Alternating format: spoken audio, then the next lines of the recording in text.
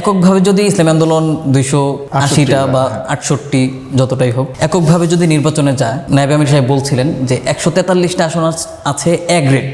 আপনি কি মনে করেন কতটা আসনে জিতে আসা সম্ভব? বা দেখেন, জিতে আসার সম্ভাবনা এখানে অনেকগুলো জিনিস, তবে আমরা সংখ্যা বলা কঠিন, সংখ্যা বলতেছিও না।